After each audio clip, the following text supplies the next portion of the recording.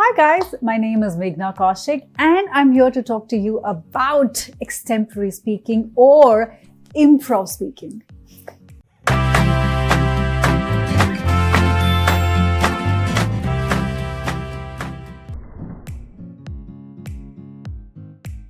So for those of you who don't know me, well, I am an actor, anchor, I've been an RJ, I graduated to be a journalist, and I'm also a budding scriptwriter. I've kind of juggled along a lot of these things, and I must say that a lot of my achievements in life, in my career and in my personal space, I think I would give a lot of credit to extempore and improv speaking. I'll tell you why.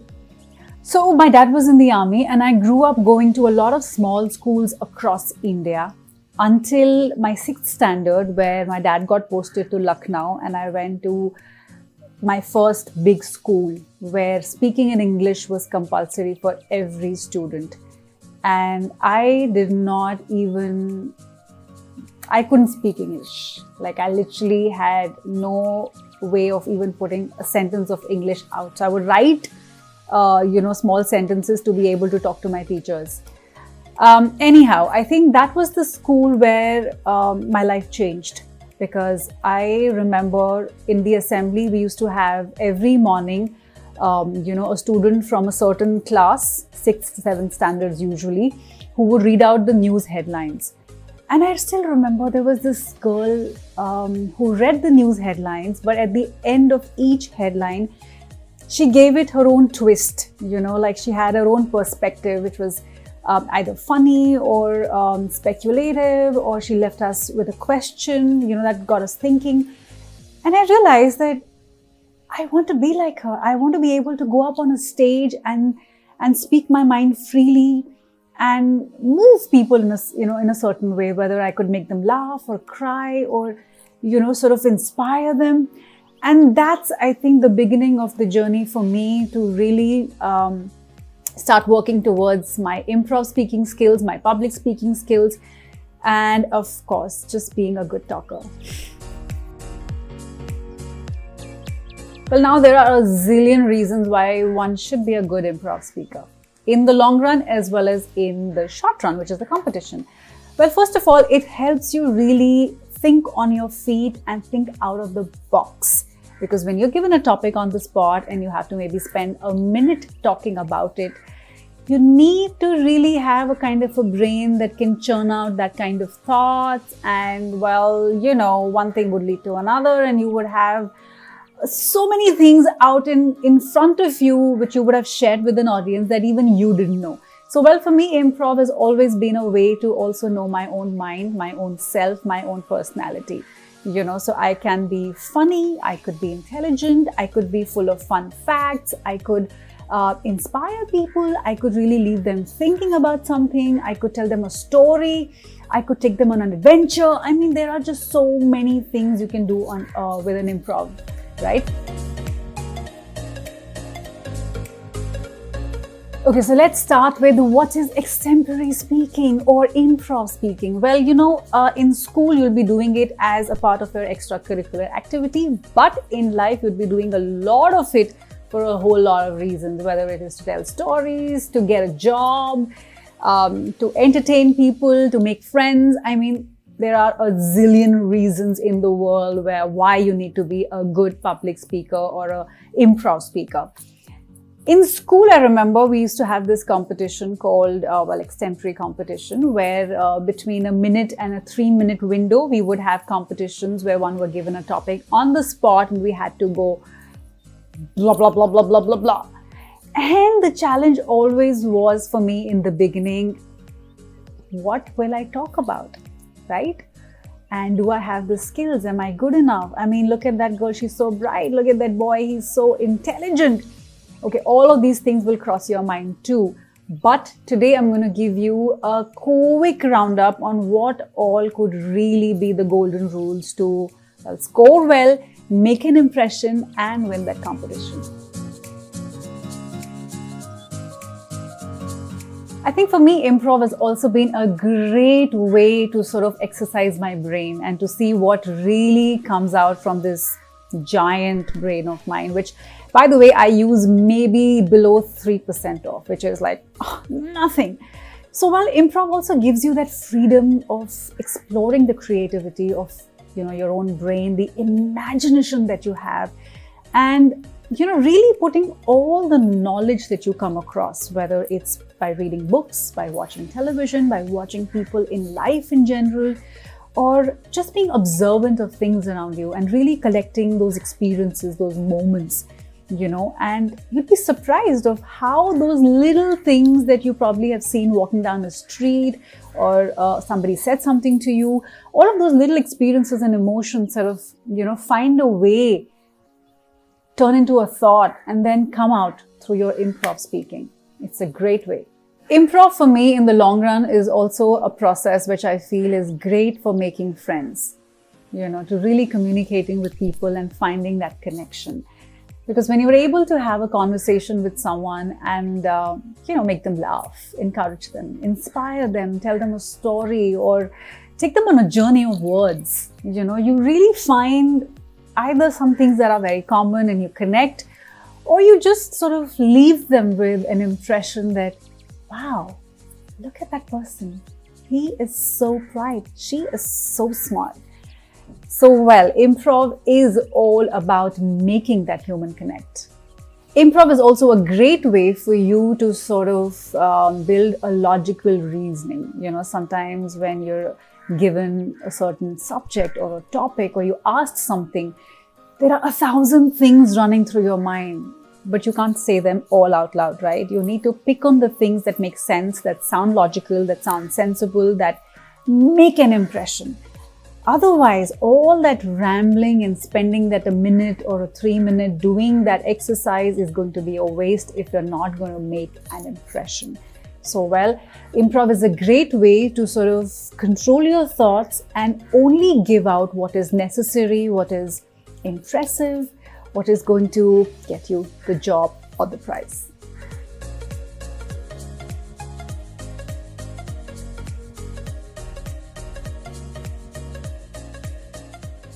Extempore is a great way to sort of also find confidence in your own self, in your own thoughts, and to really be able to cleanse out your brain, like really keeping what's relevant, what creates value in the world, what people like, what connects you to a lot of other people out there.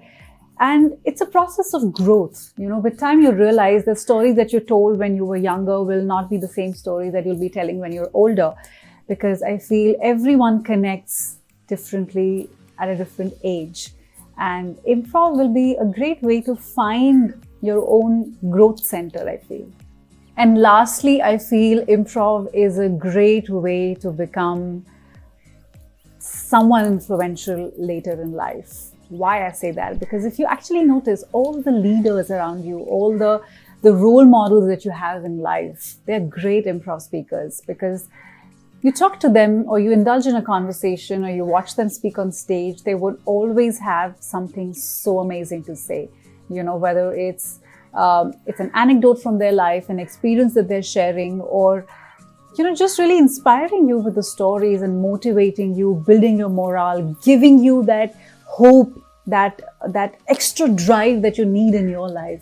So I feel if you really work on improv starting today, tomorrow it's going to change your life. And you wouldn't even realize how, but every step in this journey is going to be absolutely amazing and worth it.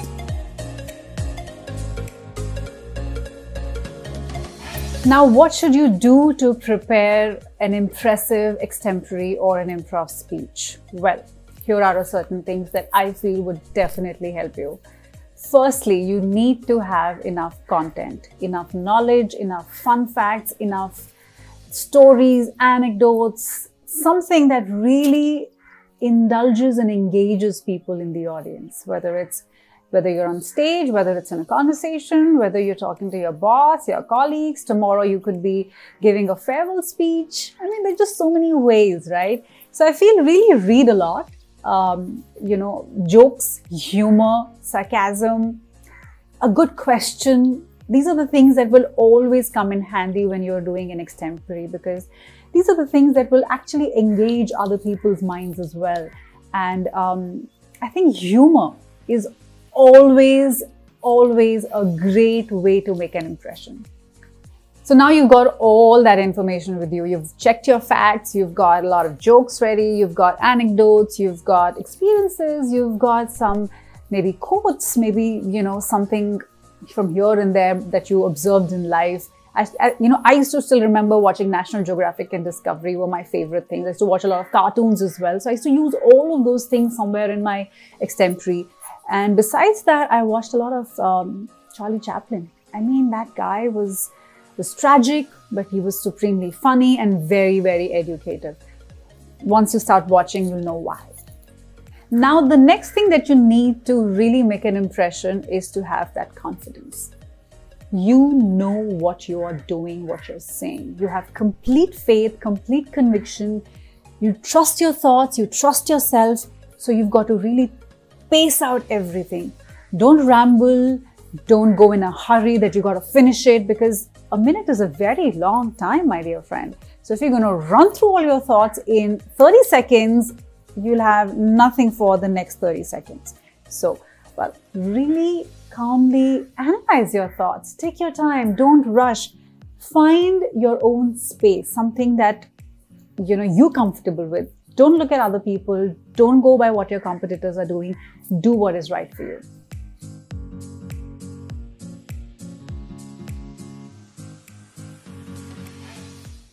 Now you've got your confidence in check, you've got all your fun facts. What next? Body language. Your body speaks more than, you would actually realize. Like right now I'm using a lot of my hands because it's an extension of how I say things. I kind of like to exaggerate and add maybe a little more flair and flamboyance to my conversations. So I use a lot of my hands.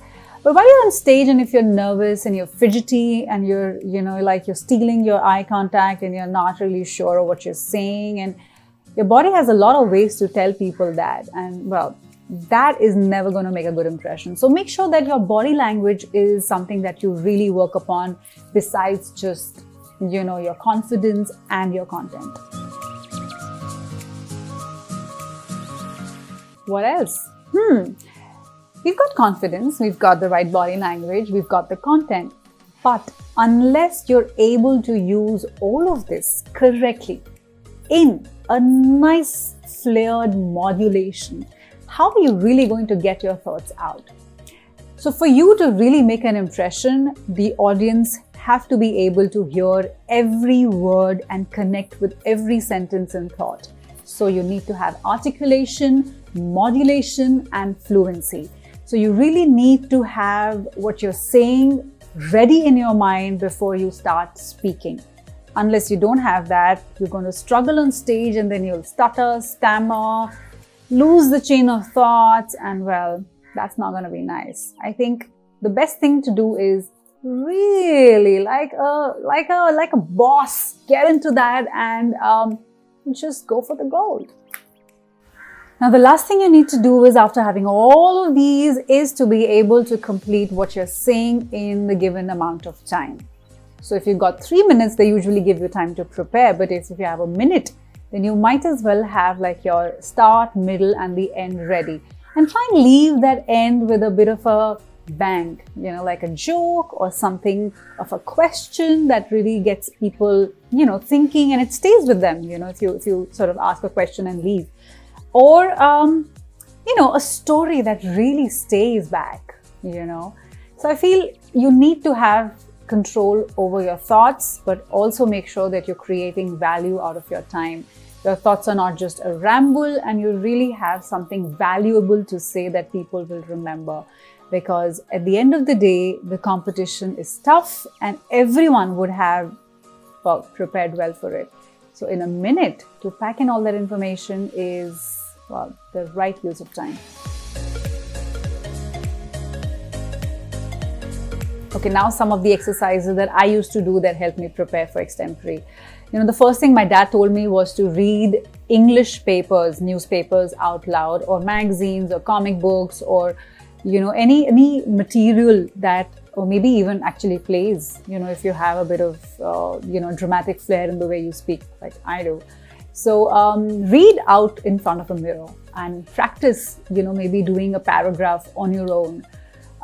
Also, give yourself topics, or ask your mom, your brother, your friends to give you like a random topic to start chatting on or start speaking on, and time yourself. See in a minute where you start from and where you go. Record yourself. You've got phones, you've got access to computers and laptops. So use that and really make sure that you put in enough homework if you're trying to ace in competition, because it's not going to be easy. Everyone is really smart these days. So, you need to really have a lot to do. So I would read a lot to prepare for it. I would read newspapers out loud in front of a mirror. I would read plays and poems, a lot of jokes, stories, like short stories, like literally 1 or 2 pages. You get a lot of these short story books. I used to listen to a lot of people, like friends telling stories, or just have conversations with people to really have that bank of knowledge. Watch and observe a lot, because life, just like that, teaches you a lot. So your own experiences will always they'll come in very handy.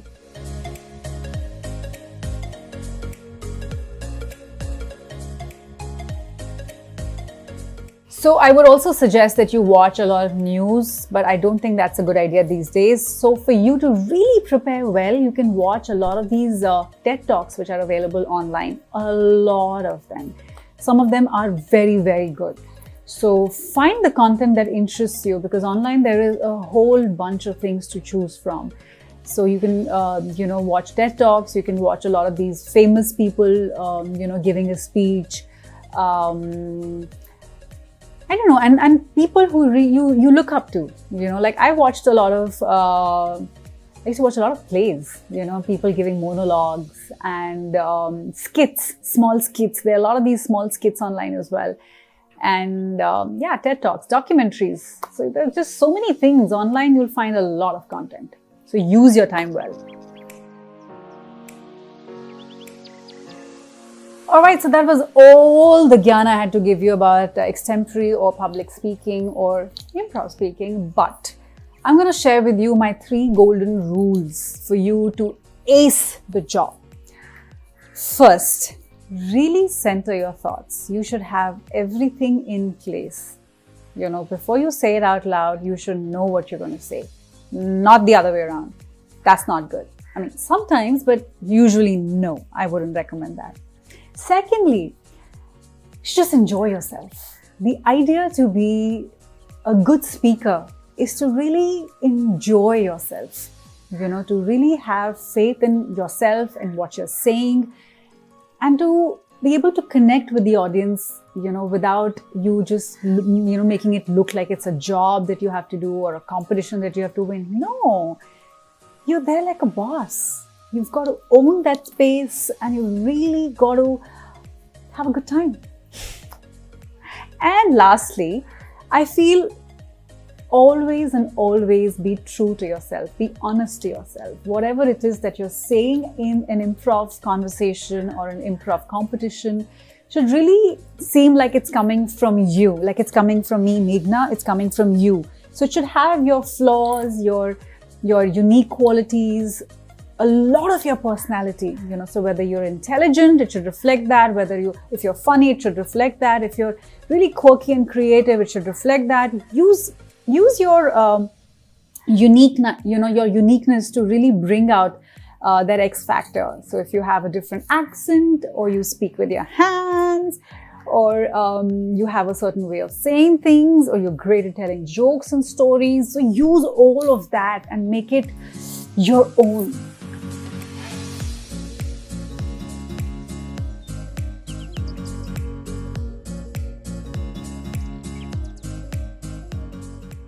Alright, I had so much fun sharing my experience of extempore and my knowledge of it.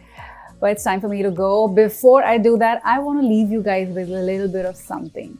I have realized for me, happiness is a journey.